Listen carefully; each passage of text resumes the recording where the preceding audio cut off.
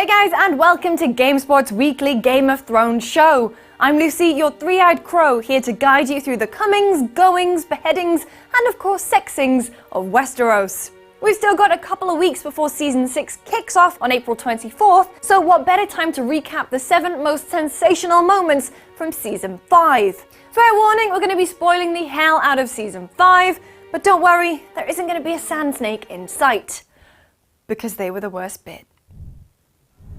Season 5 wasn't kind to Cersei. The Queen Regent had to suffer one indignity after the other. Her father had just died, her youngest and only remaining son now favours his new wife over her, and her daughter is being held captive by those people we don't talk about in Dorne. So Cersei does what she always does and pulls a terrible power play that totally backfires.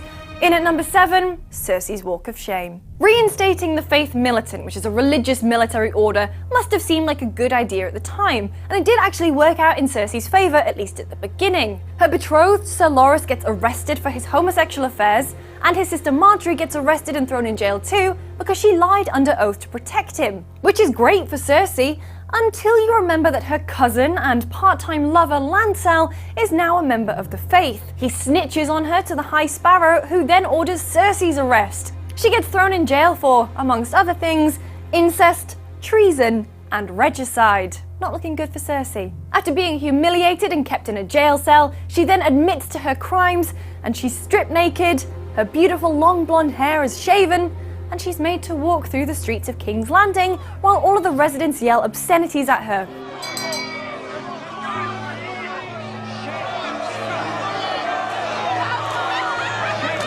It is a really powerful scene that you know is just going to fuel Cersei's motives for Season 6. She's always been power hungry, but now she wants revenge. And oh, who's this guy at the end who just picks her up? Could it be... well, I'm not saying Clegane Bowl has been confirmed, but... things start to get boring for Daenerys pretty much as soon as she sets up camp in Meereen.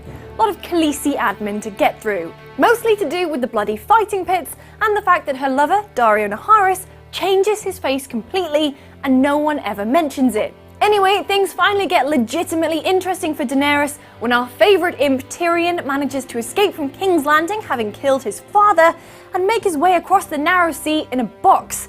In at number 6, it's Tyrion becoming Daenerys' advisor. Here's where the Game of Thrones plot gets even thicker. Daenerys has the claim to the Iron Throne and she's got the dragons in which to take it, but she needs Tyrion's insights and his smarts in order to do it. A bonus hanger on to this moment is that Ser Jorah Mormont gets grayscale, and so hopefully that's the end of him. In at number 5, a moment that was shocking, controversial, and completely unexpected. Ramsay raping Sansa Stark while Reek helplessly looks on. This moment in particular scared book readers because this fate isn't supposed to be Sansa's at all. In the books, it's her old best friend Jane Poole, who's masquerading as Arya, who gets married off to the Brute. We have to watch the young Stark girl suffer at Ramsay's hands.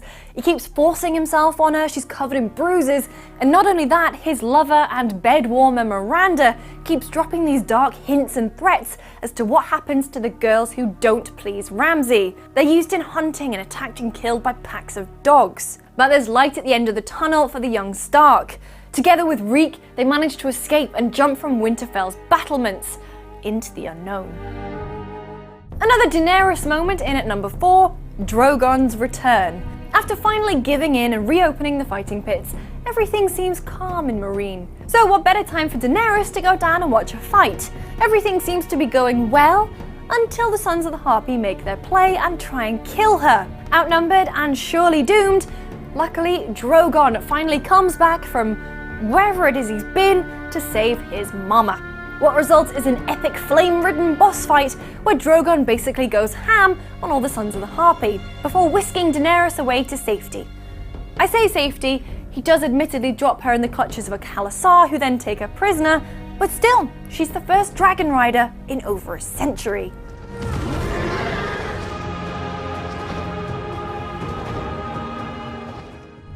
In at number 3 then, Arya becoming a faceless man. So Arya spends most of Season 5 washing corpses in the House of Black and White, waiting for Jaqen H'ghar to tell her that she's finally ready to become an assassin, a faceless man. But her impatience gets the best of her when Sir Meryn Trant rolls into Braavos. You'll remember Sir Meryn as a member of the Kingsguard and murderer of lovely water dancer / sword instructor Syrio Forel. Turns out Sir Meryn likes the younger girls, so Arya goes into the Hall of Faces and steals the face of a quite young girl in order to get close to him. When this works, she uses the opportunity to kill him by stabbing him through the eye. While it's one more name to cross off her list, Jaqen H'ghar is not so happy.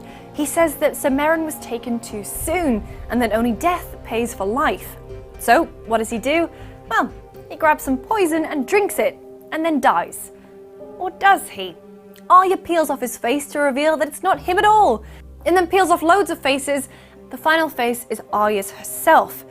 Everything goes black and she's struck blind, thus beginning her training to become a faceless man. What's happening? What's happening? We're really used to seeing adults cop it on Game of Thrones, but I don't think anybody was ready for number 2, the sacrifice of Shireen Baratheon. Poor lovely little Shireen. After leading a life of imprisonment and isolation as the result of her grayscale infection, you'd think it'd be time for something to go right for her. Is there any way I can help?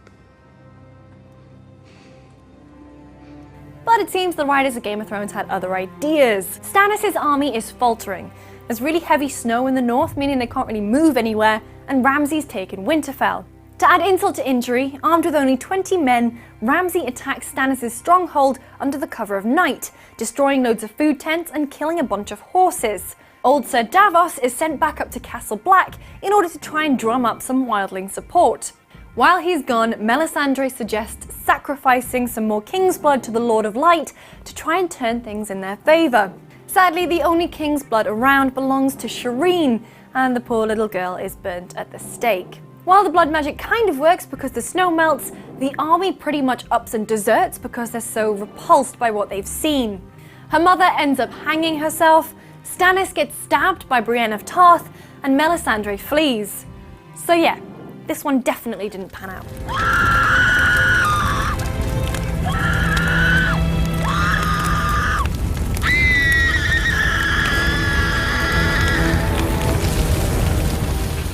What else could be at number 1 but the betrayal of Jon Snow? Is he dead? Is he alive? Did he walk out at the last minute?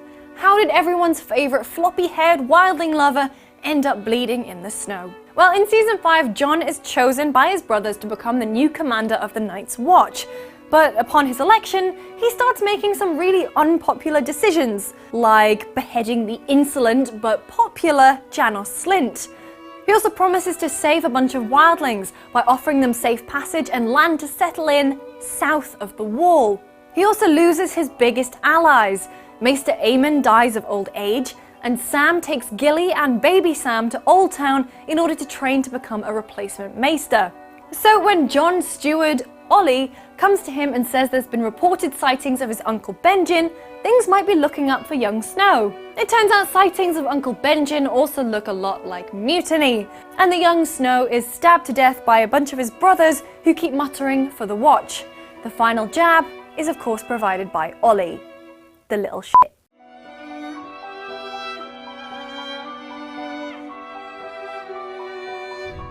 So those are my biggest 7 moments from Game of Thrones Season 5. We've got 2 short weeks until Season 6 starts, so join me next week as I'll be putting on my tinfoil hat and going over my favourite fan theories and predictions for the upcoming series. In the meantime, if you've got any favourite predictions or Game of Thrones moments, be sure to chuck them in the comments box below or come find me on Twitter. I'm at Lucy James Games. I'll see you next time.